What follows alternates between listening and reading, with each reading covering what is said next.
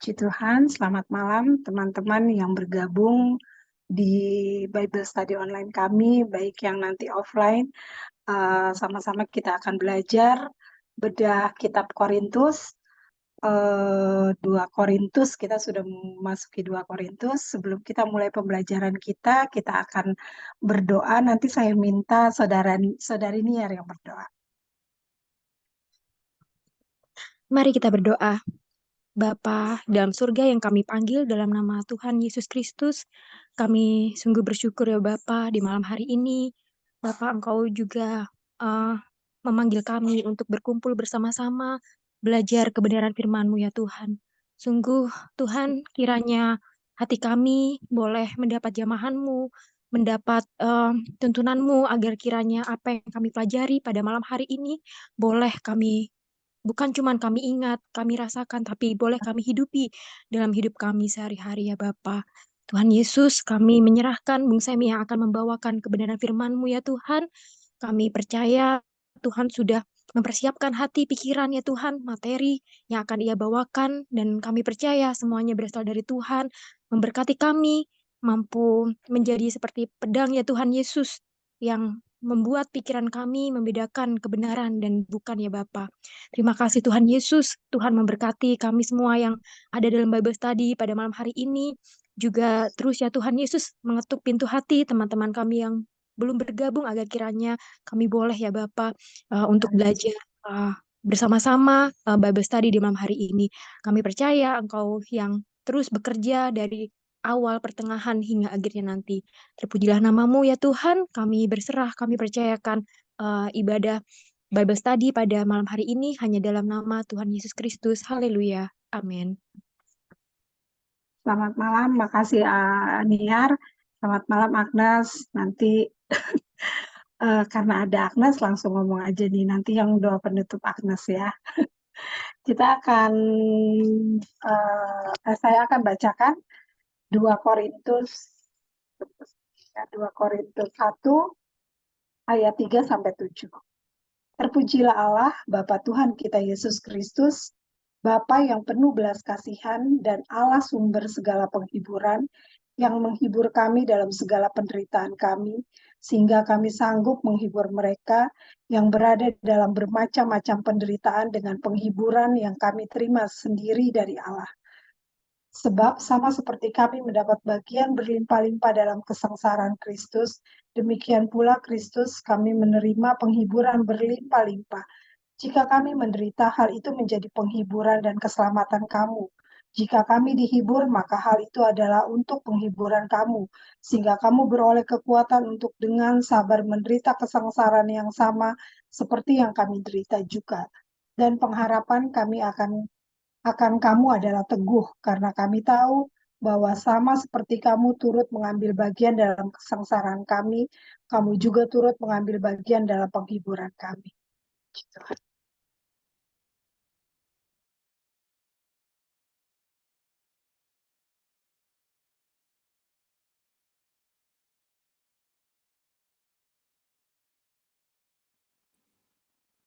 Puji Tuhan, kita bersyukur kesempatan indah Tuhan beri bagi kita sama-sama belajar firman Tuhan.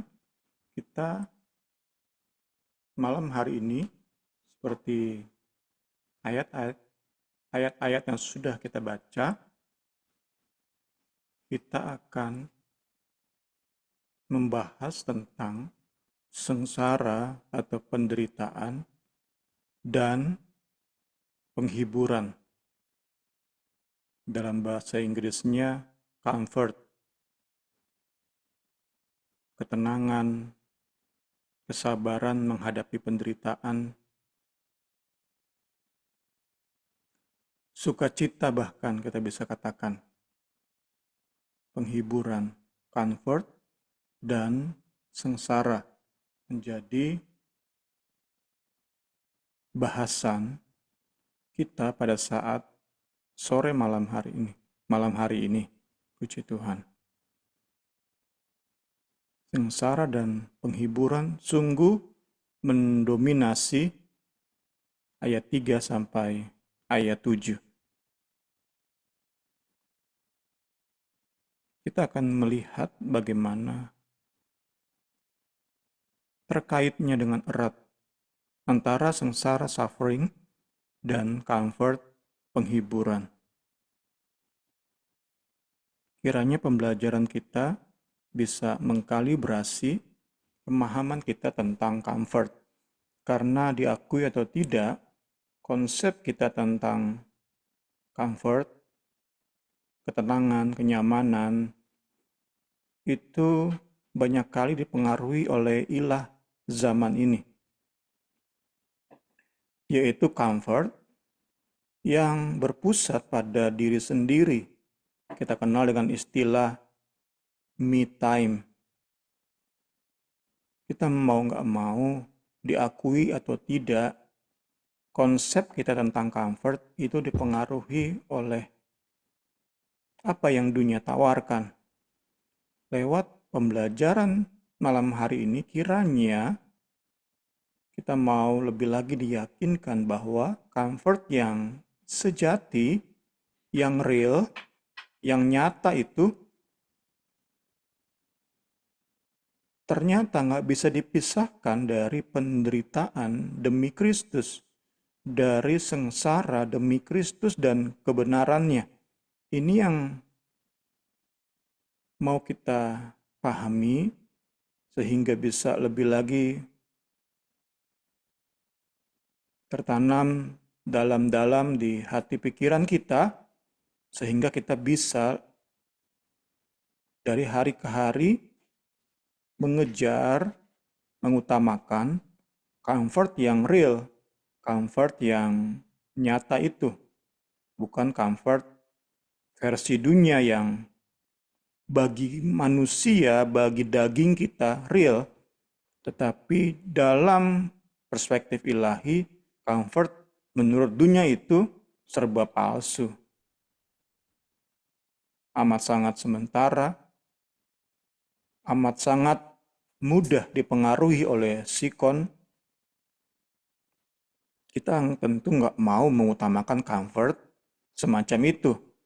Kita mau lebih lagi diyakinkan lewat pembelajaran kita malam hari ini bahwa comfort yang harus diutamakan adalah comfort yang real, yang sejati, yang nyata, yang sebenar-benarnya ada, yang sebenar-benarnya adalah comfort, bukan yang dikamuflasekan. Tuhan Yesus tolong kita semua.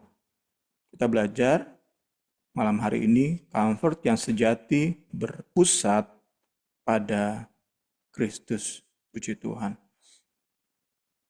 Kita bisa kaitkan dengan isu terkini. Bicara tentang comfort, kita bisa kaitkan dengan isu terkini, bagaimana pemahaman Kristen progresif itu menjadi sesuatu alternatif yang ditawarkan dan cukup banyak peminatnya. Mengapa? Karena kekristenan semacam ini mengutamakan, memberhalakan toleransi. Demi toleransi, kebenaran dimodif. Kebenaran disesuaikan dengan toleransi. Sehingga diajarkanlah setiap orang yang berbuat kasih, berbuat baik, itu anaknya Tuhan Yesus. Mungkin dalam pikiran para penganut Kristen progresif ini, dengan mengutamakan toleransi, maka konflik antar umat beragama itu dapat diminimalkan. Saat konflik minimal,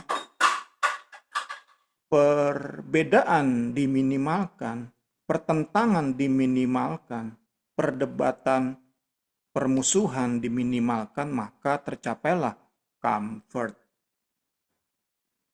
Tercapailah ketenangan. Tetapi apakah comfort semacam itu yang dijanjikan oleh Kristus kepada pengikut-pengikutnya? Apakah comfort yang dicapai dengan mendewakan, memberhalakan toleransi? Apakah comfort semacam itu yang dijanjikan yang untuknya Yesus sudah mati, dijanjikan buat kita para pengikutnya. Apa comfort semacam itu? Kita lihat malam hari ini bukan. Sama sekali bukan comfort yang Paulus pahami dan share kepada jemaat Korintus, bukan comfort semacam itu. Comfort sejati nggak bisa dipisahkan dari penderitaan demi Kristus. Puji Tuhan, puji Tuhan.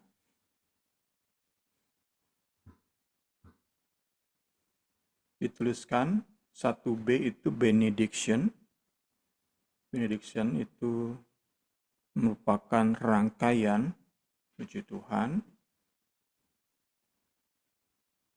rangkaian kata yang mengungkapkan pujian penyembahan.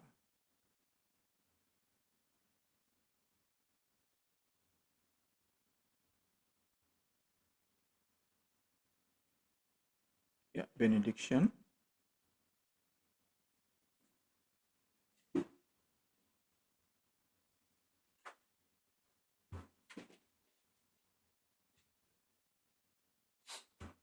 Paulus untuk mengawali suratnya setelah salam, 1 dan 2 salam, Paulus melanjutkan ayat 3 dengan benediksi.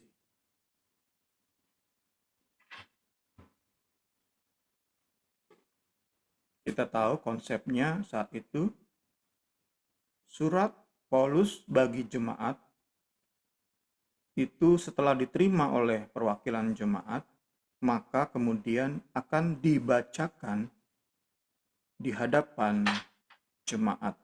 Itu konsepnya. Jadi setelah salam, sesuatu yang biasa untuk kemudian sebelum masuk ke nasihat-nasihat, Paulus lebih dahulu menuliskan kata-kata mengungkapkan penyembahan kepada Tuhan. Itulah benediksi.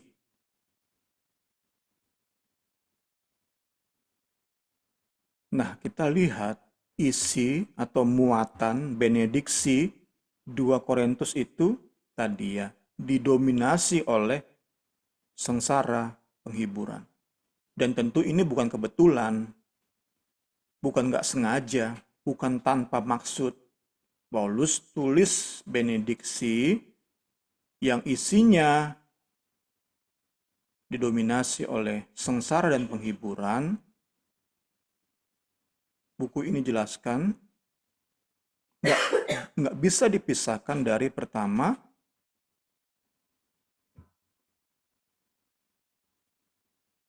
keluputan Paulus saat harus menghadapi penderitaan di Asia Kecil. Itu dapat kita lihat di ayat 8.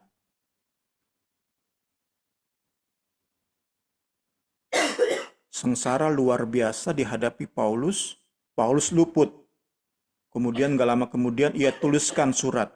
Nggak heran, benediksinya, pujian penyembahan kepada Allah, itu berisi sengsara dan penghiburan.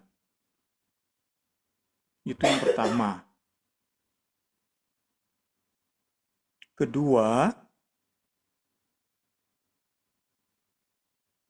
adalah latar belakang isi benediksi Paulus adalah kedua, kabar baik yang dibawa Titus tentang perubahan sikap jemaat Korintus setelah mereka menerima surat yang keras dari Rasul Paulus. Surat yang keras ini kita sudah bahas 2 minggu lalu. Surat ketiga Rasul Paulus dalam rangkaian surat menyurat antara Paulus dan jemaat Korintus. Jadi ini 2 peristiwa yang diyakini mendasari benediksi Paulus. Karena tentu isi benediksi itu bisa berbeda-beda. Mengapa benediksi Paulus isinya demikian? 2 latar belakang peristiwa. Pertama, peluputan dari aniaya di kota Efesus, tempat atau lokasi di mana Paulus menulis surat 2 Korintus, dan kedua, kabar baik dari Titus bahwa jemaat Korintus telah menunjukkan tanda-tanda pertobatan. Kemudian kita lihat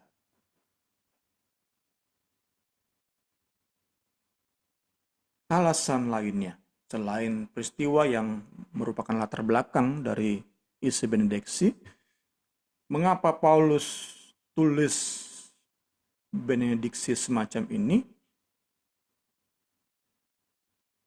Ada kemungkinan ini berkaitan dengan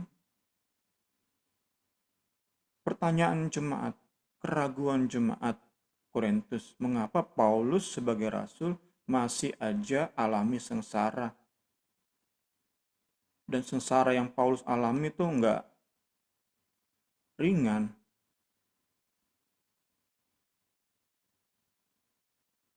Menjadi pertanyaan mereka mungkin. Apakah Paulus ini ternyata orang yang dikutuk oleh Tuhan, Allah Israel? Kok hidupnya penuh dengan sengsara? Kok pelayanannya banyak banget harus alami sengsara? Dari dipukul, dari dicambuk, dari penjara, dan lain-lain sebagainya. Puji Tuhan. Tampaknya melalui benediksi ini, Paulus ingin mengajak jemaat Korintus melihat penderitaan yang ia alami dalam perspektif ilahi. Puji Tuhan. Divine perspective. Haleluya. Bahwa apa yang Paulus alami ini merupakan replika tiruan dari sengsara Kristus.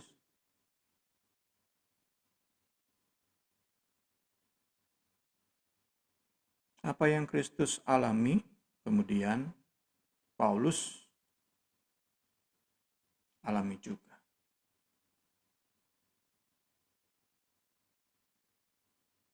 Ini yang ingin di-share oleh Paulus bagi jemaat untuk sama-sama melihat apa yang Paulus derita itu dalam cara pandang surga.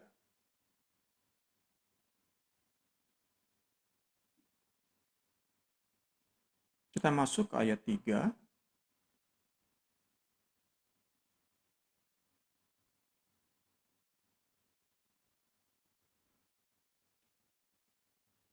Benediksi sebagai pembukaan sebuah surat sesungguhnya merupakan tradisi Yahudi. Para pemuka agama Yudaisme terus melakukannya sampai bahkan saat Paulus melayani ini, saat Paulus menulis surat ini.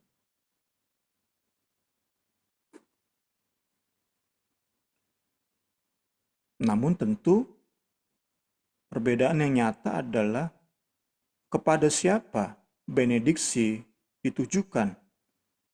Kalau para pemuka agama Yudaisme mendedikasikan benediksi pujian penyembahan kepada Allah Israel, Allah Perjanjian Lama, Allah Abraham, Ishak, dan Yakub. Sedangkan kita lihat Paulus mendedikasikan pujian penyembahannya kepada Allah, pertama, Allah Bapa Tuhan kita, Yesus Kristus. Sesuatu yang asing bagi pemimpin agama Yudaisme. Sesuatu yang bahkan dibenci, ditentang habis-habisan. Kemudian, Bapa atau sumber dari segala penghiburan. Jadi ada dua. Allah sebagai Bapa dari Tuhan Yesus Kristus dan Allah sebagai Bapa atau sumber dari segala penghiburan. Kepada Allah yang Seperti inilah Paulus mendedikasikan pujian penyembahannya. Puji Tuhan. Ya, tentu kepada Allah sumber segala penghiburan itu nggak masalah bagi orang-orang Yahudi yang hidup sezamannya. Teman-temannya dahulu melayani, teman-temannya dulu saat belajar di kampus Taurat. Itu nggak masalah bagi teman-temannya dahulu.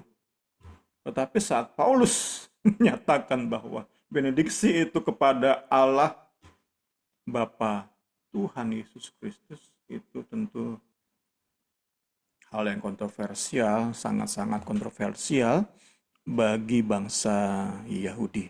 Puji Tuhan. Puji Tuhan.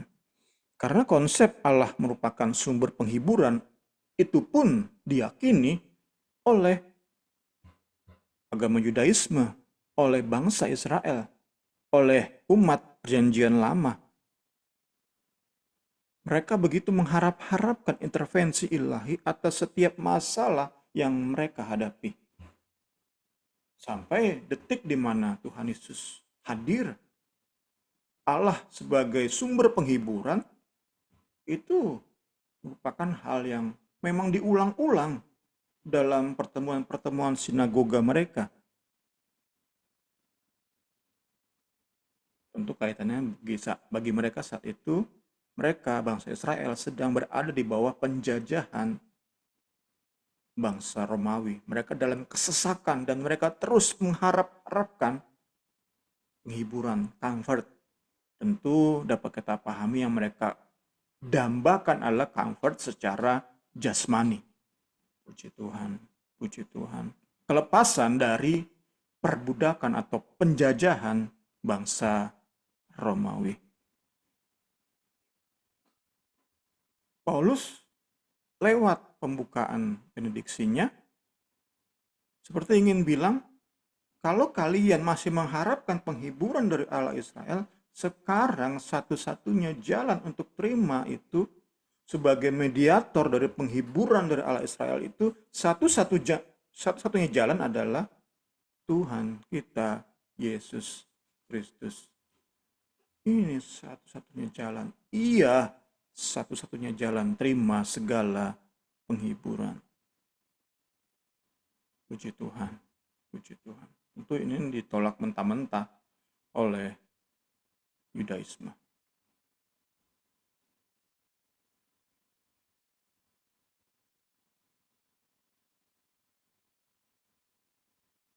Kita masuk ke ayat 4. Melalui Kristus, Allah menghiburkan Paulus dalam segala sengsara yang ia alami. Allah sumber segala penghiburan, Allah Bapa dari penghiburan, Allah Bapa sumber penghiburan yang menghibur Paulus, menghibur kami, Paulus dan tim, dalam segala penderitaan kami. Itu ayat 4. Melalui Kristus sebagai satu-satunya jalan terima penghiburan. Saluran Allah Israel untuk mengalirkan penghiburan. Paulus terima itu. Bukan hanya sekedar teori tentu bagi Paulus. Paulus secara nyata benar-benar mengalami comfort yang berasal dari surga yang Allah sediakan bagi umatnya. Sehingga dalam tulisan ini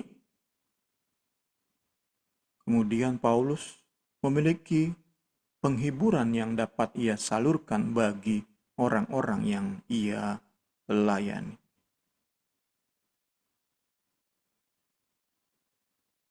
Kita bisa bandingkan tadi dengan pendahuluan kita.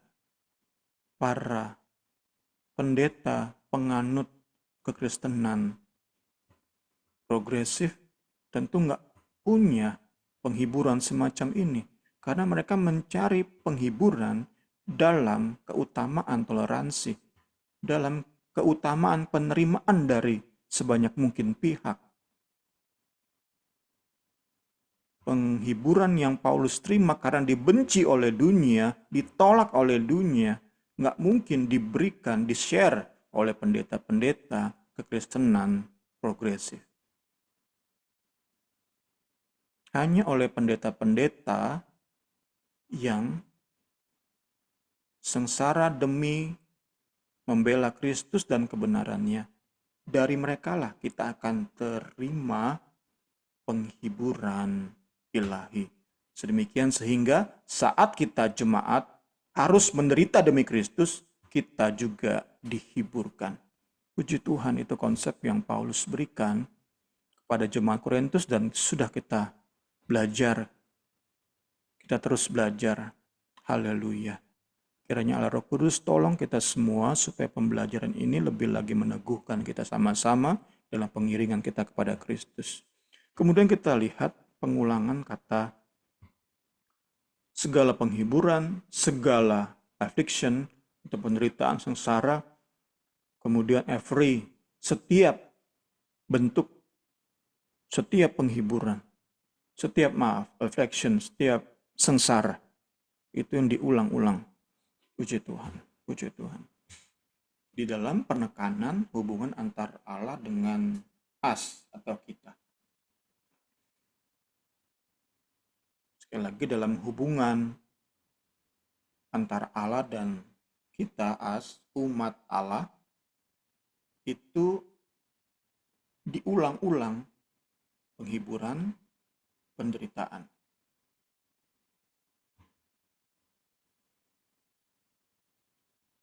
Kepada kita bukan hanya dikaruniakan untuk percaya, namun juga untuk menderita demi Kristus. Penderitaan di sini mengandung ide, konsep pada derita batin yang diakibatkan oleh situasi kondisi yang serba sulit. Biasanya dikaitkan dengan pelayanan pemberitaan Injil.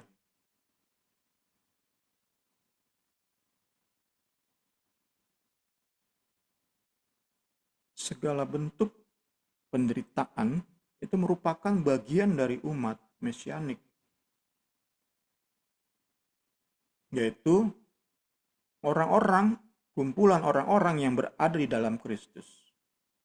Namun kita bersyukur, segala bentuk penderitaan itu dibarengi dengan segala bentuk penghiburan.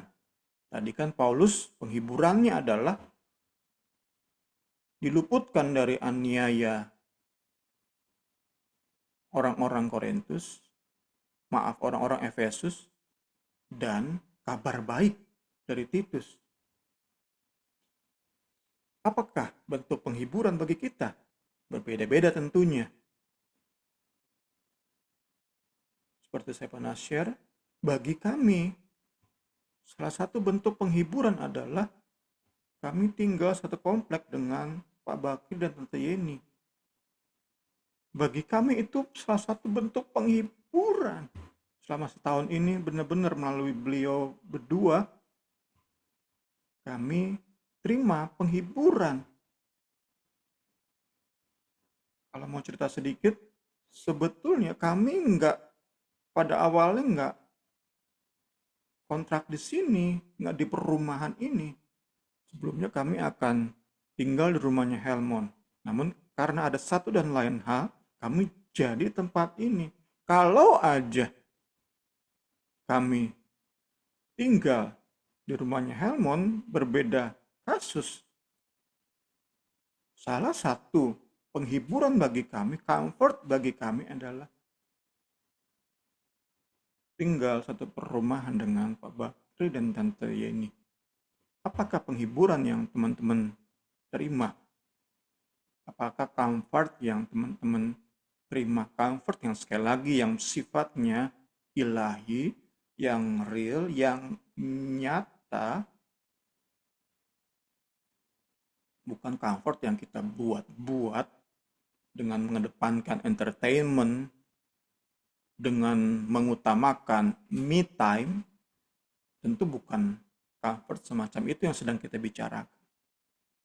Tetapi dapat dipastikan, seperti halnya pengalaman Rasul Paulus, kita pun, setiap orang, setiap umat Allah di dalam Kristus Yesus, haleluya, saat kita rela menderita bagi Kristus demi kebenarannya, maka comfort merupakan sebuah keniscayaan, kepastian. Enggak mungkin enggak kita nikmati.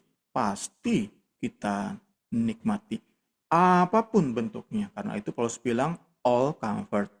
Kita bukan hanya menderita all affliction, tetapi juga kita menerima all comfort. Segala bentuk kenyamanan, ketenangan, penghiburan, kesukaan. Haleluya. Segala hormat, kemuliaan bagi Kristus. Puji Tuhan, puji Tuhan. Bagaimana caranya Allah menghibur umatnya? Bagaimana umat mesianik menerima penghiburan dalam Kristus? Dijelaskan oleh buku ini dalam bentuk karunia Roh Kudus, yaitu manifestasi yang konkret dari anugerah ilahi, sebuah intervensi ilahi. Sekali lagi kita nggak sedang bicara buat-buatan manusia, fabrikasi manusia, kamuflase di bawah pengaruh si iblis, bukan. Kita sedang bicara manifestasi yang real, yang nyata, yang konkret dari bagaimana Allah tahu memelihara umatnya. Puji Tuhan. Kita yang telah menderita demi Kristus dan kebenarannya, yang kemudian telah menerima penghiburan ilahi, kita pasti kemudian dimampukan untuk menghibur sesama yang sedang menderita.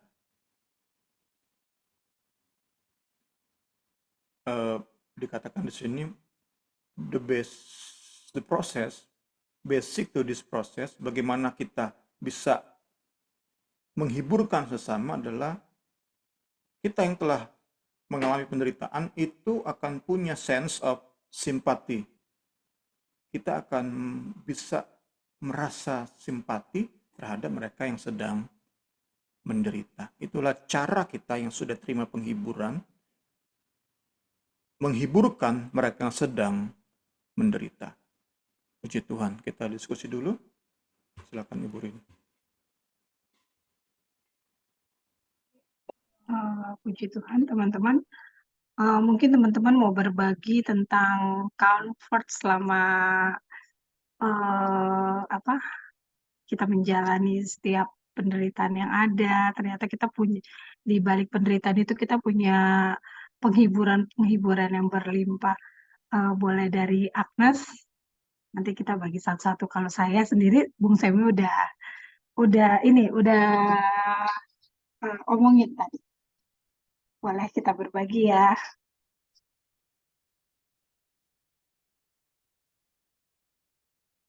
Halo. Atau Niar dulu, habis itu Bu, nanti baru Agnes. Iya, Kak.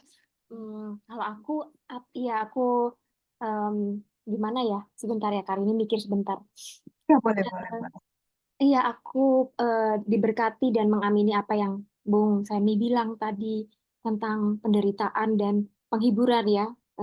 Dengan adanya penderitaan yang kita boleh rasakan sepanjang kita tuh mengikut Kristus. Kalau aku, kesaksianku tuh mungkin pernah ya pakai cara-cara yang nggak Kristen gitu. Misalnya, eh, kalau aku mainnya sih main hati. Kayak misalnya bikin hati supaya menguat-nguatkan gitu loh, Kak. Ngerti nggak sih? Membekukan hati misalnya. Apa ya? Ada apa harus kuat, harus kayak udah ini aja fokus ke hal-hal yang positif gitu. Itu kan juga kekuatan sendiri ya. Tapi lama-lama tuh juga sadar sih kali ini kalau itu bukan dari Tuhan gitu. Itu juga bukan jalan yang benar. Malah ketika mengeraskan hati itu ada rasa bersalah gitu yang seharusnya karena kemana-mana gitu loh efeknya. Misalnya harusnya berempati sama orang jadi apa ya, em, jadi Cuek efek gitu. dari jadi efek karena mungkin diperlakukan apalah di masa lalu gitu atau sama orang lain, jadi itu juga berefek ke hal-hal ke orang lain juga gitu. Makanya em, jadi apa ya, jadi meminta ampun sih sama Tuhan, tapi semua tuh proses memang, untuk kita itu menerima gimana sih ketika kita itu menerima apa, eh, masa-masa yang berat itu dengan firman Tuhan, apa nama, dengan iman yang teguh, dengan berdoa gitu. Kalau yang aku syukuri sih, kalau akhir-akhir ini tuh ya aku ada Leni itu di rumah sih Kak, bukan cuman kayak Oke. Leni Leni sama temennya tuh Melo itu kayak datang di saat yang tepat gitu, ketika papa sakit, ketika aku, aduh gimana ya, aku nggak tahu gimana ngatasi semua ini itu sendiri gitu. Jadi ada teman cerita, bukan cuman karena Leni juga punya apa, papa yang di Sumba, yang jadi sharing pengalaman gitu. Terus em, kita juga sharing soal kita sama-sama eh, apa ya, peneliti ya, kayak misalnya gitu. Jadi banyak hal-hal positif yang aku juga belajar gitu. Ya. Ya puji Tuhan sih, dan pertolongan Tuhan tuh benar tepat datangnya gitu, nggak pernah terlambat seperti yang tadi Bung Sami bilang, pada saat kakak pindah rumah nggak dapet rumahnya Ko Helmon tapi dapat rumah deket Tante Yeni, itu kan nggak pernah terlambat ya, tepat gitu. Itu aja sih hari ini, makasih. Ya, kasih nih ya. Memang ya, kalau di saat mengalami apa ya, masalah penderitaan itu kayaknya aduh ampun banget. Tapi di saat kita hadapi, kita lewati, terus penghiburan tuh benar-benar datang di saat yang tepat gitu. Jadi eh, apa ya, mengajarkan kita untuk terus bersyukur, belajar bersyukur gitu. Itu kalau Bow dilewat dulu. Mungkin Agnes apa nanti aja nah selesai kita ini ya Bung Semi jabarin. Oke, tadi nanti aja ya. Oke, oke. Yaudah kita lanjut ya.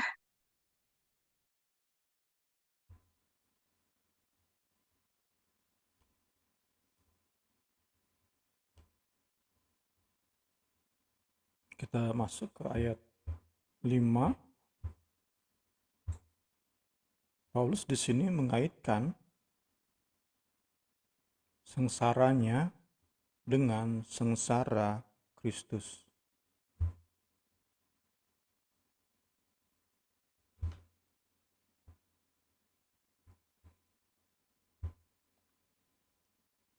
Sebab sama seperti kami mendapat bagian berlimpah-limpah dalam kesengsaraan Kristus. Kita lihat bagaimana Paulus mengaitkan secara langsung antara penderitaannya dengan penderitaan Kristus.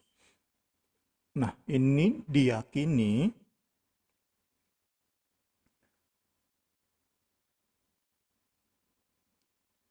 Paulus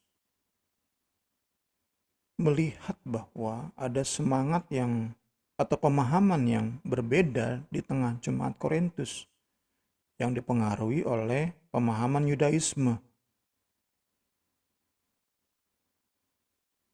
Para pemimpin agama Yahudi saat itu meyakini Mesias datang itu dalam kemuliaan, dalam kekuatan, dalam kejayaan, dalam kemenangan. Jadi saat mereka menafsirkan bagian Alkitab seperti Yesaya 53, Mesias yang menderita, itu mereka melihatnya penderitaan itu sebagai pendahuluan, mendahului, sengsara mendahului kedatangan Mesias. Sedangkan Mesias itu datang dengan segala keperkasaan dan kejayaan. Jadi mereka menganggap ketika mereka dijajah oleh bangsa Romawi, mereka sedang dalam proses Mesias datang. Karena itulah saat Yesus datang dengan segala mujizatnya, itu cukup menjanjikan bagi beberapa kelompok. Meskipun kemudian sudah mulai banyak penolakan ketika Yesus menyebut dirinya sebagai Allah, sebagai anak Allah. Itu kan konsep yang jelas-jelas ditentang oleh para Farisi, oleh ahli-ahli Taurat. Tetapi konsep Mesias yang datang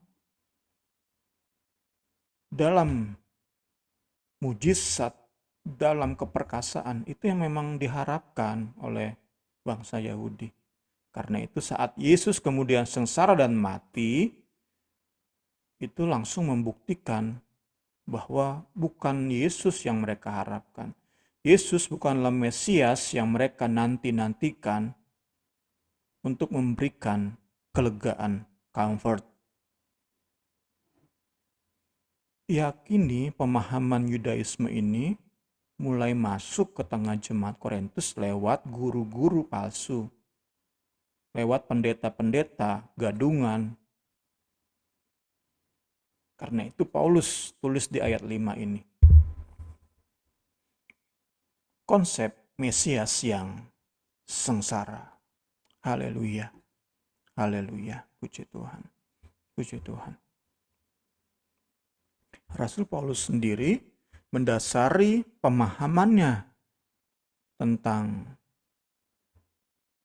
Mesias yang sengsara diikuti dengan pengikut Mesias yang sengsara itu tentu pada pengajaran Yesus Kristus sendiri. Salah satunya kita lihat di Markus 8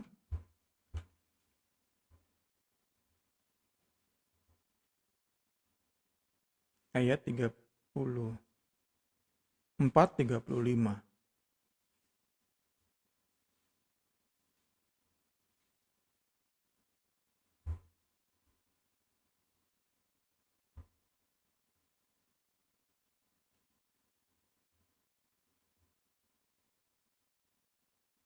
Lalu Yesus memanggil orang banyak dan murid-muridnya dan berkata kepada mereka, "Setiap orang yang mau mengikut aku, ia harus menyangkal dirinya, memikul salibnya dan mengikut aku.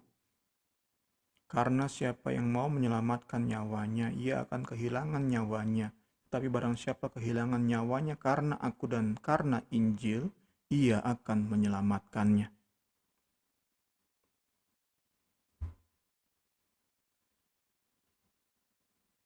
Yesus menderita, Yesus menerima permusuhan, Yesus menerima pertentangan, dan seluruh pengikutnya juga akan mengalami hal yang sama.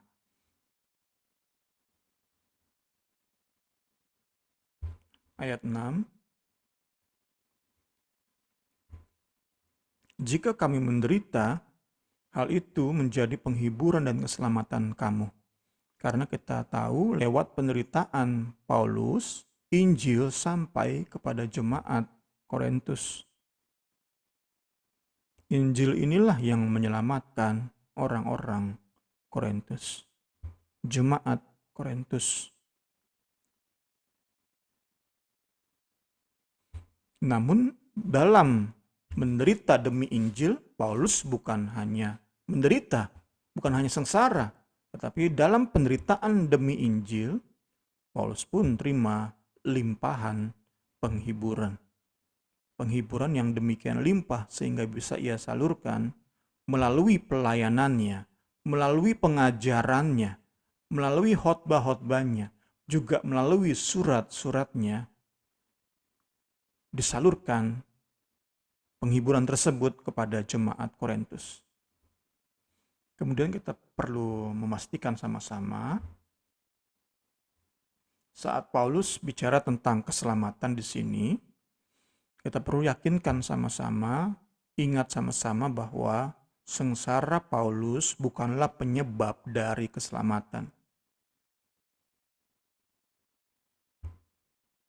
Jiwa jemaat-jemaat Korintus diselamatkan bukan disebabkan sebagai penyebab utama dari,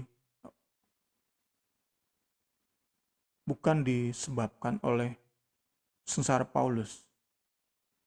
Tentu berbeda dengan sengsara Kristus. Sengsara Kristus menjadi penyebab utama.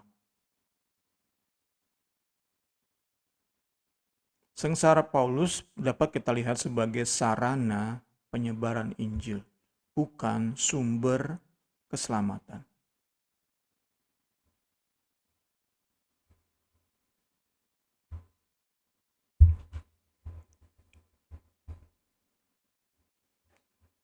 Kemudian kita lihat, jika kami dihibur, maka hal itu adalah untuk penghiburan kamu, sehingga kamu beroleh kekuatan untuk dengan sabar menderita kesengsaraan yang sama seperti yang kami derita juga. Kita lihat di sini bahwa Paulus memahami untuk Injil tersebut terus menyebar, maka seluruh pengikut Kristus perlu punya ketangguhan, kesabaran dalam menderita, ketahanan dalam sengsara. Karena Injil mau nggak mau, seperti yang Yesus katakan tadi, akan terus menerima perlawanan, permusuhan, pertentangan. Para pembawa Injil, para penyebar Injil, kita yang sesuai dengan panggilan kita share Injil, itu nggak boleh menyerah saat hadapi halangan, rintangan, bahkan penderitaan. Injil sejati harus tetap tersebar. Kalau kita menjadi orang-orang yang menyerah, Tuhan akan pakai orang-orang lain. Nah, untuk tetap bertahan inilah kita amat sangat butuh penghiburan ilahi. Untuk tetap kuat, Paulus menunjuk pada penghiburan ilahi. Kemudian kita lihat bahwa bentuk penderitaan itu berbeda-beda. Apa yang jemaat Korintus derita demi Injil dan Kristus itu berbeda, nggak sama persis dengan apa yang Paulus derita. Begitu juga kita, sengsara yang kita alami nggak sama persis dengan Paulus, dengan jemaat Korintus. Sengsara Paulus sudah sering kita bahas, sedangkan jemaat Korintus itu menderita kemungkinan secara sosial. Mereka diasingkan secara sosial. Karena mereka-mereka ini, jemaat Korintus, adalah orang-orang yang dahulu terlibat dalam penyembahan berhala, terlibat dalam ritual seks dengan para imam-imam kuil berhala, imam-imam wanita kuil berhala. Bentuk penyembahan mereka adalah seks. Percaya Kristus membuat mereka meninggalkan semua itu, dan pasti mereka mengalami pengasingan. Sekali lagi, bentuknya nggak sama persis dengan apa yang Paulus alami. Namun demikian, meski nggak sama persis, Paulus bilang di ayat ini, penderitaan kamu dan penderitaan kami itu sama. Bentuknya boleh berbeda, tetapi penderitaan kamu, penderitaan kami sama. Samanya tentu karena sama-sama demi Kristus dan demi Injilnya. Puji Tuhan. Puji Tuhan. Tentu di dalam keyakinan bahwa Paulus tulis di sini, penderitaan yang sama demi Kristus itu menghasilkan penghiburan yang pada hakikatnya sama. Penghiburan dari Kristus. Terakhir ayat 7, puji Tuhan.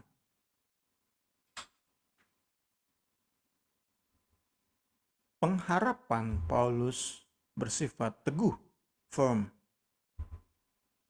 Pengharapan Paulus didasarkan pada Allah, tentu dengan segala atributnya. Bukan semata pada rasa sayang Paulus. Pengharapan Paulus nggak bersifat sentimental atau agamawi. Sebagai pemimpin harus terbeban dengan umatnya. Bukan, tetapi pengharapan Paulus harapan Paulus untuk jemaat Korintus bertahan dalam penderitaan itu didasarkan pada Allah dan segala atributnya. Puji Tuhan, puji Tuhan. Kita masuk bagian-bagian akhir.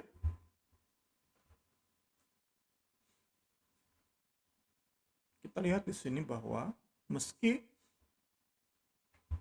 para pimpinan dan umat itu sama-sama menderita, tetapi ada perbedaan role, perbedaan peran. Kita sudah lihat di awal tadi. Karena para pimpinan ini seperti halnya Paulus punya kapasitas, punya role untuk mengalirkan penghiburan yang mereka terima saat menderita kepada umat. Puji Tuhan, puji Tuhan, puji Tuhan. Menempati kepemimpinan Kristen itu memiliki tanggung jawab yang besar. Untuk itulah kita perlu mendoakan, kita perlu saling mendoakan.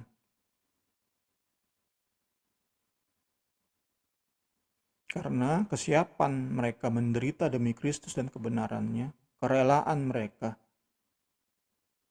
dan penghiburan yang mereka terima itu tersalur kepada umat lewat pelayanan mereka, lewat khotbah mereka, lewat tulisan-tulisan mereka. Sebaliknya, saat para pemimpin, mereka yang ngaku-ngaku pendeta, tetapi ngejar kenyamanan, cari aman, bahkan mendewakan kesuksesan, kekayaan, kemakmuran, maka umatnya menderita tentu. Menderita secara rohani. Sehebat apapun pendeta yang sedemikian melayani, umat yang pendeta demikian layani menderita secara rohani.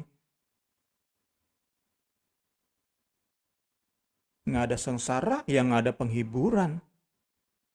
Umat yang dilayani oleh pendeta yang sedemikian akan mencari penghiburan di tempat-tempat lain di luar Kristus. Tadi contohnya, pendeta yang mengajarkan kekristenan progresif, cari aman dengan mendewakan, memberhalakan toleransi. Sehebat, sebagus apapun khotbah mereka, nggak ada kandungan penghiburan sejati dalam khotbah-khotbah pelayanan mereka. Nggak ada. Tentu di sisi lain kita nggak mau jadi orang-orang bodoh yang menderita karena komentar atau tindakan bodoh seperti yang juga baru-baru ini ya, karena mengomentari 2,5% yang diberikan oleh umat muslim jadi masalah, ramai di medsos, sampai Pak RT tempat kami menyewa ruko WA ke kami, ngasih TikToknya yang sedang rame itu. Itu kan bukan aniaya seperti itu, saya percaya. Itu mah bodohnya sendiri, komentar tindakan bodoh sendiri, terus menderita aniaya, menderita komentar negatif, diserang rame-rame di medsos. Tentu kita nggak mau juga seperti itu. Kita mau yakinkan sama-sama bahwa memang penderitaan aniaya yang kita alami itu demi Kristus, demi kebenarannya, bukan karena hal-hal bodoh yang kita lakukan. Saat hal itu bisa kita pastikan, maka selanjutnya kita pasti akan menderita dan dihiburkan. Penghiburan itu dapat memberkati banyak orang. Orang-orang di sekitar kita juga dapat menikmati penghiburan tersebut. Makin banyak orang yang rela menderita demi Injil karena penghiburan yang sudah kita terima. Segala hormat, kemuliaan bagi Kristus. Silakan Ibu Rini.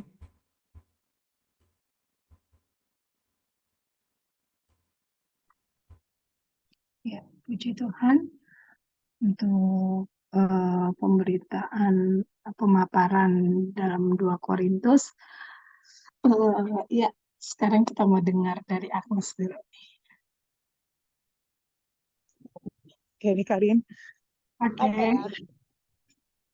Panjang nih Karin, nanti sampai jam 10 malam nih. boleh. Siapa takut, Mas? Salah satunya sih selalu berhubungan dengan sekolah minggu lah ya Karin, karena kebanyakan kan aku justru bertumbuh itu dalam melayani wadah sekolah minggu gitu. Aku ingat yang satu berkesan sampai sekarang itu waktu dulu tuh kita kan ibadahnya masih di gereja lama, ibadahnya 2 kali kan, pagi sama Iya, sore gitu. sore. Terus anak-anak sekolah minggu tuh suka berisik kan, mundar-mandir lah ke orang tuanya gitu. Terus kayaknya beberapa jemaat tuh merasa terganggu gitu sama anak sekolah minggu. Sehingga muncul ide anak sekolah minggu ditaruh di belakang, dijaga oleh 2 orang guru sekolah minggu. 2 orang guru sekolah minggu itu di rolling. Kalau misalnya jaga anak pagi-pagi, berarti mereka ibadahnya sore. Kalau jaga di sore hari, berarti ibadahnya di pagi hari gitu kan. Iya. Aku kebagian lah menjaga di pagi hari bersama dengan 2 orang. Siapa ya lagi tuh aku lupa. Tapi ternyata ini nggak bisa gitu, jadi aku jaga sendiri. Ya, kita cuma dikasih, terserah pokoknya sekreativitas gurunya deh, mau kasih anak-anak gambar, mau suruh mewarnai atau suruh ngapain. Yang penting anak sekolah itu boleh masuk ke dalam gereja terus bikin berisik gitu. Kalau berisik nanti guru sekolah minggunya kena tegur gitu. Nah gitu tuh kalau buat aku gitu Karin. Karena anaknya kan banyak gitu dan gak semua anak itu tertib bisa dibilangin duduk yang manis gitu. Yang nggak bisa karena anak-anak kecil kan berkeliaran kemana-mana gitu. Sampai saat itu pas aku jaga ada satu anak nih ceritanya aku juga nggak tahu kalau dia tuh lagi main-main di depan gitu karena fokus sama anak-anak yang lain juga suruh mewarnai sama bikin puzzle gitu. Mungkin ya bosen kali jadi dia keluar-keluar. Terus tiba-tiba maminya datang marah-marah gitu. Siapa hari ini guru sekolah yang jaga dia bilang gitu. Aku kaget gitu kan. Oh kenapa tante? Ini gak becus banget jaganya. Lihat anak saya basah semua bajunya. Dari atas sampai kepala keringetan dia bilang gitu. Gimana mau ibadah kalau keringetan kayak gini? Bisa jaga anak yang benar gak sih? Aduh kesedih banget gitu kan. Kaget gitu kan. Terus dia marah-marah gitu. Yang karena anaknya basah kuyup gitu. Kaget gitu kan. Terus dalam masa aku gini. Shock banget ya Mas ya. Orang udah bagus anaknya dijagain gitu di belakang. Terus kayak yang basah, anak yang main guru sekolah minggu yang dimarahin gitu. Oh ya udahlah. Terus ceritanya aku diam gitu bilang ya udah maaf ya tante ya soalnya tadi nggak lihat kalau dia keluar-keluar. Makanya kalau jaga anak tuh pokoknya masih panjang nasihat. Ocehannya masih panjang gitu. Terus aku tuh masih berbekas gitu dalam hati kan. Pas malam-malamnya itu aku habis ibadah sore kan karena jaga pagi ibadah sore. Pas pulang itu dulu kan kita masih ada doa gitu kayak Karin kan doa doa kan, malam. Iya, iya. gitu. Terus di doa minggu itu aku ngomong gitu sama Tuhan, aku sebut nama gitu, aku bilang Tuhan aku kesel sama orang ini gitu, aku sebut nama dia gitu, aku nggak suka sama dia tuh kenapa ya, udah bagus anaknya dijagain gitu kan, terus marah-marah gitu, terus udah gitu pas doa itu Tuhan cuma ingetin gini doang, kamu melayani siapa, kamu melayani Tuhan, melayani aku atau melayani dirimu sendiri gitu. Terus aku jadi inget gitu, oh selama ini jangan-jangan aku melayani diri sendiri gitu, cari yang nyaman, cari yang enak, cari yang gampang, cari yang gak ada masalah gitu. Pas ada masalah kayak gini, pada ada sesuatu yang gak nyaman itu terkutik gitu, kok aku kayak langsung emosi gitu kan. Yang namanya pelayan Tuhan sama Tuhan ya siap dalam segala kondisi gitu. Bahkan kondisi gak menyenangkan sekalipun gitu. Terus habis doa yang setengah 8 itu, aku bersyukur gitu. Kita yang tadinya marah berapi-api, nyebut nama tuh orang gitu kan, sampai jangan sampai ya gitu kan aku kesel banget gitu kan. Diingetin lagi sama Tuhan, kamu melayani siapa gitu. Kalau kamu melayani aku gitu, ya nggak apa-apa ini proses dalam pemurnian melayani gitu. Motivasinya lagi diuji sama Tuhan gitu kan. Terus begitu, saya entah kenapa sampai hari ini sih aku rasa guru sekolah minggu itu selalu jadi sorotan gitu dalam segala hal, dalam penampilan, dalam apapun gitu. Guru sekolah minggu entah kenapa selalu disebut namanya. Jarang doa guru sekolah minggu, pokoknya apapun guru sekolah minggu gitu kan. Beberapa minggu kemudian ada guru sekolah minggu nih Kari yang ceritanya dia melayani. Suaranya mungkin masuk sebagai WL gitu. Terus dikomplain sama satu orang ibu-ibu gitu, nggak tahu siapa namanya. Dia komplain, itu guru sekolah minggu kenapa suaranya nggak masuk ya? Terus saya pusing dengarnya loh, dia nyanyi nggak masuk suaranya gitu. Terus Oh, di rapat itu disebutin tapi nggak sebut namanya gitu kan. maaf, Terus dia bilang maaf, maaf. Pak Minggu harus melayani sesuai dengan talentanya. Temen aku yang WL saat itu ngerasa dialah kan, dia ngerasa aku nih yang dituduh gitu. Dia nangis dong Karin, dia nangis terus dia bilang aku mau ngundurin diri, aku nggak mau jadi WL lagi, dia bilang Lagi, gitu. Aku ha. aja, nggak apa-apa aku pegang absen atau aku rapihin tiker atau rapihin bangku, tapi aku nggak mau jadi WL lagi gitu kan. Terus aku ingat ini aku yang beberapa minggu yang lalu gitu kan. Terus Ah, dengan pengalaman ini, aku iniin dia gitu, sosok menguatkan dia gitu. Terus aku bilang sama dia, ah, ya Pak, maksudnya kita jadi guru sekolah minggu ya mungkin emang gitu harus mengalami hal-hal kayak gini supaya motivasi kita tuh semakin ya pokoknya soal kayak gitu deh. Aku nggak ngerti sih benar-benar. maksudnya maksud dia apa enggak gitu. Tapi dia masih bilang, tapi gimana ya emang mungkin suaraku jelek kali aku nggak bisa jadi WL dia bilang gitu. Akhirnya Ah, sampai ending itu sampai dia pindah gereja gitu ya Karin, dia tuh benar-benar ah, nggak jadi WL. Dia benar-benar cuma pegang absen gitu. Saat itu benar-benar dia nggak oh, mau kasih apapun dia nggak mau gitu. Dia bilang nggak, pokoknya talentaku bukan di situ dia bilang gitu. Aku apa namanya pegang absen aja sampai dia nikah. Terus akhirnya dia pindah gitu karena nggak mungkin kan ya jauh jaraknya gitu. Dia tuh benar-benar oh, cuma pegang absen gitu. Aku bersyukur dalam segala apa ya, kalau orang lihat pelayanan seseorang gitu kan cuman oh gitu doang, jangan gampang tersinggung, jangan gampang marah gitu. Tapi kan ada oh. saatnya mood kita tuh nggak selalu bagus, Iya, emosi itu kita benar, benar, benar banget. justru tapi aku bersyukur sih, maksudnya Tuhan itu justru memproses aku, terus memurnikan, mendewasakan dalam motivasi melayani itu justru di wadah sekolah minggu ini, wadah-wadah yang ya orang anggap orang anak kecil doang gitu, tapi justru malah Banget.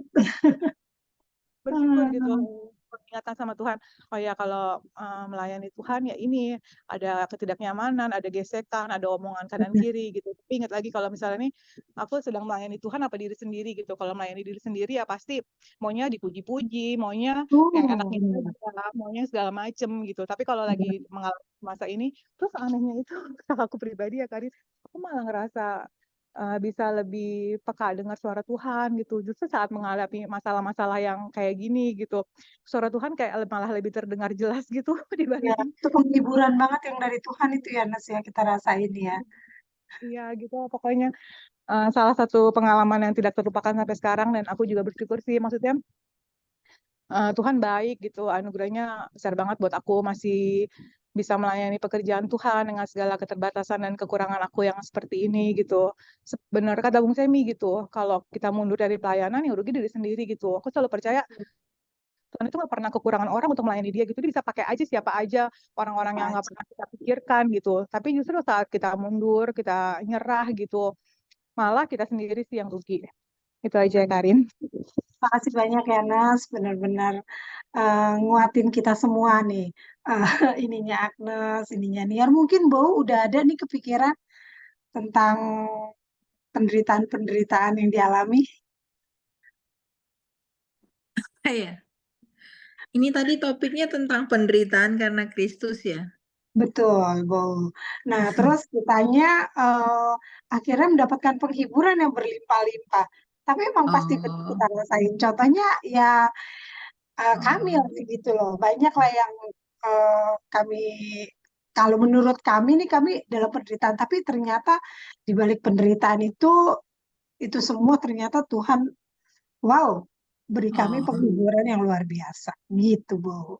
Kalau Hmm. dari Bo apa nih kira-kira? Jadi kalau Bow ya, kalau dengar tadi materinya Bung Semi, ya kalau dibandingin Paulus mah Oh iya, kayaknya jauh nggak ada banget ya, Bu. apa-apa ya. Jalan ya.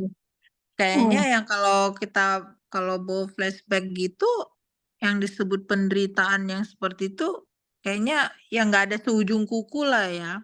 oh, Tapi mungkin bisa dibilang itu pergumulan itu ada ya, pergumulan hidup. Tapi dan memang eh, kayak kayak Bo ini yang bukan orang yang bisa untuk terbuka gitu ya. Paling kalau misalnya ada pergumulan yang biasa itu ya di pekerjaan gitu ya.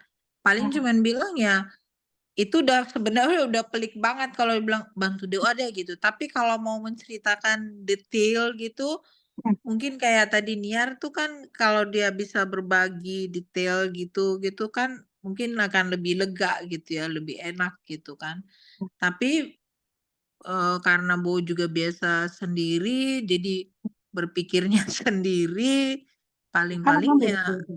ujungnya ya, berdoa terus sampai kalau kita ada dalam persekutuan gitu, tolong ya bantu doa. Kalau udah bilang gitu, itu udah sebenarnya Kan, udah mumet juga itu, udah mumet gitu. Cuman untuk nah, mau menceritakan detail gitu tuh enggak ya, tapi belum mungkin bukan karakter gitu ya. iya, iya, Nah, orang. tapi memang ada satu teman kita bisa sharing, cuman itu pun nggak bukan yang ini. Dan banyak kali memang ya memang berbagi, misalnya kita bilang doa, tolong doakan ya, ya jawaban itu memang ada. Kita ada, Bu, rasa itu ada kekuatan kayak yang baru-baru ini Bu bilang, tolong bantu doa ya di kerjaan gitu ya. Tapi ya seperti apa gitu. Yang doa pun mungkin jadinya ngambang ya. Ya pokoknya berdoa untuk pekerjaan aja gitu. Dan juga untuk keluarga. Kalau untuk pelayanan ya kita udah sering menceritakannya sambil joke gitu kan. Ya moga-moga sih ya yang nggak enaknya itu kita kalau mundur memang Jangan banyak ya. kali kita mau mundur gitu. Iya. Kadang-kala kita mau mundur gitu, aduh segininya ya, tapi ya elah katanya kan yang kita alami itu belum apa-apa gitu ya. Dan memang setiap kali mau mundur tuh ada aja yang memang kalau kita kembali ikut ke persekutuan, ke ibadah gitu, oh ya diingetin lagi gitu ya. Jadi ya kembali lagi. Memang bersyukurnya memang ya memang harus intens kita ada dalam persekutuan gitu, nggak bisa lepas. Jadi kalau enggak ya memang potensi eee, untuk kita larut di dunia ini, larut dalam pekerjaan ini, terus menyelesaikan masalah dengan cara-cara dunia ini ya besar gitu. Tapi nanti kalau udah mulai menyimpang, masuk dalam persekutuan diingatin lagi, "Oh ya, iya begitu." Gitu, jadi yang nggak enaknya kadang-kadang ya orang yang kita percaya, yang kita terdekat gitu, ya udah deh jadinya kita jadiin joke aja lah, mau diapain gitu ya. Tapi Mungkin pastinya Bowo juga dapat kekuatan, penghiburan, buktinya sampai pekerjaan sampai saat ini masih oke, ya kan? Keluarga juga baik-baik aja, pelayanan masih terus berjalan. Berarti kan beneran ya, kita bisa lihat semua Tuhan tuh kasih terus penghiburan buat kita semua iya, ya, Bu ya. betul betul. Jadi tanpa kita sadari memang, walaupun kadang-kadang kita berdoa, "Duh Tuhan tolong ya," gitu ya, ya ada, Tuhan Tuhan nyatakan gitu. Dalam keluarga juga, mungkin orang pikir kita nggak ini ya, tapi dalam keluarga pun kita bergumul, kakak beradik gitu ya, supaya Terus, dan nah kita yang udah tahu firman itu yang ada rasa kayak tertuduh, "Lah kamu yang udah tahu firman, kamulah yang mulai dulu," gitu kan. Jadi kita mau ini pun sama saudara-saudara kita nggak mungkin juga gitu dan memang ya Tuhan sendiri yang menegur gitu dalam hati kita, dalam lewat lewat kita bersekutu, lewat kita baca firman itu ya Tuhan sendiri yang ngingetin gitu, gitu. Jadi Bow juga kalau dengar Niar, oh ya bagus memang perlu persekutuan dengan anak-anak Tuhan ya, bisa dia ya. sharing. Kalau dengan Agnes gitu, selamat ya Agnes. Setiap Sabtu kalau mau dengar guru SM memang disebut. Itu nggak ada pelayanan yang sepele ya, luar biasa itu Agnes Luar ya, biasa memang teman-temannya. ternyata ya. Iya, Anak di aku guru jadi SM. guru sekolah minggu itu luar biasa memang. Iya emang. Bo salut itu sama guru-guru SM. Sampai kemarin tuh Iya. kita sama Amos bilang, Amos ini guru SM mulu, ada Esti, ada Resi, SM mulu. Bo sampai nggak berani noleh, ada guru SM nggak ya di belakang udah bubar. Ternyata, tapi nggak apa-apa itu ini ya. Itu Iya, yang makin disorot karena makin dicintai, makin diperhatiin. iya, Itu aja betul. dari Bu ya. Makasih, Bu. Ya, sama-sama. Makasih ya teman-teman untuk berbagi apa ya, soal penderitaan dalam kehidupan kita masing-masing. Ternyata benar ya, saya dengar dari Niar, dengar dari Agnes, dengar dari Aurora, bahwa setiap penderitaan dalam mengikut Kristus tuh benar-benar penghiburan Tuhan itu terus dinyatakan. Seringkali memang kita jatuh gitu loh ya. Kalau saya pribadi sering kadang-kadang, aduh udah nggak kuat Tuhan, udahlah, udah sampai sini aja terserah lah gitu-gitu. Tapi ternyata ada punya suami yang benar-benar bisa nguatin, punya teman-teman di lingkungan komunitas, ternyata komunitas yang cinta Tuhan gitu loh. Ya, contohnya salah satunya ini yang selalu jadi kekuatan buat saya gitu loh, sampai detik ini bisa belajar melayani. Sekarang saya bilangnya terus belajar karena saya benar-benar baru ngerasain inilah melayani gitu loh. Inilah pelayanan gitu loh. Saya baru ngerti pelayanan gitu. Itu aja sih. Dan disitulah baru penghiburannya nyata dalam hidup saya pribadi. Terima kasih untuk malam ini. Nanti kita tutup dalam doa. Nanti Agnes yang berdoa ya, Nas.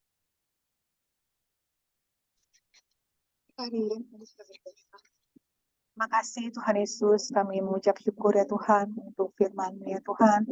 Firman yang selalu menjadi sumber kekuatan bagi kami ya Tuhan. Firman yang selalu memberikan kami penghiburan ya Bapa. Penghiburan yang datangnya daripada Engkau ya Bapa. Terima kasih ya Tuhan untuk segala sesuatu yang kami rasakan saat ini ya Bapa. Mungkin dalam ketidaknyamanan kami ya Tuhan Yesus, ataupun hidup kami yang sedang nyaman-nyaman saja ya Tuhan. Kami bersyukur ya Tuhan untuk apapun yang Tuhan izinkan terjadi dalam hidup kami ya Bapa. Karena kami percaya Tuhan Yesus, di balik segala sesuatu yang kami alami ya Tuhan, kami boleh merasakan kasih sayang Tuhan yang lebih luar biasa lagi dalam hidup kami ya Tuhan Yesus. Kami semakin dimurnikan ya Tuhan Yesus, pemulihan yang luar biasa, penghiburan yang dari Tuhan menjadi bagian milik kami, mendatangkan sukacita yang sejati bagi kami ya Bapa, sehingga pada saat kami dikuatkan, kami dihiburkan, kami pun boleh menghiburkan teman-teman kami yang lain ya Bapa, dan kami boleh menjadi berkat untuk orang lain ya Bapa. Terus ya Tuhan, limpahi kami ya Tuhan, limpahi hati dan pikiran kami ya Tuhan Yesus dengan kebenaran firman-Mu ya Bapa, agar saat kami lemah ya Tuhan, agar saat hal-hal yang tidak nyaman mengganggu hidup kami ya Tuhan Yesus, kami tidak mencari-cari ya Tuhan Yesus kesenangan di luar Engkau ya Tuhan, tapi kami boleh mengingat ya Tuhan Yesus, ada Tuhan Yesus Allah yang setia, sahabat kami yang setia ya Tuhan, yang sudah mati bagi kami ya Tuhan Yesus, yang selalu bisa memberikan penghiburan yang sejati ya Bapa bagi kami ya Bapa. Terima kasih banyak ya Tuhan untuk Bible Study pada malam hari ini ya Tuhan. Terima kasih untuk Bung Semi ya Tuhan yang terus Engkau pakai jadi saluran berkat bagi kami ya Tuhan. Terima kasih untuk hari ini ya Tuhan, untuk Aurora dan juga untuk Niar ya Bapak. Kami bersyukur untuk malam hari ini ya Tuhan Yesus. Kami percaya kami semua sudah diberkati melalui kebenaran firman ya. Bersyukur Tuhan, kembalikan kami minggu depan ya Tuhan, untuk sama-sama kembali belajar, sama-sama kembali menguatkan ya Tuhan Yesus, dan sama-sama kembali menjadi pelaku-pelaku firman-Mu ya Bapak. Terima kasih banyak ya Tuhan Yesus, kami serahkan ya Tuhan Yesus, dan kami juga menutup Bible Study malam hari ini, hanya di dalam nama Tuhan Yesus Kristus, kami sudah berdoa dan mengucap syukur. Haleluya. Amin. Terima kasih semuanya. Selamat malam. Malam.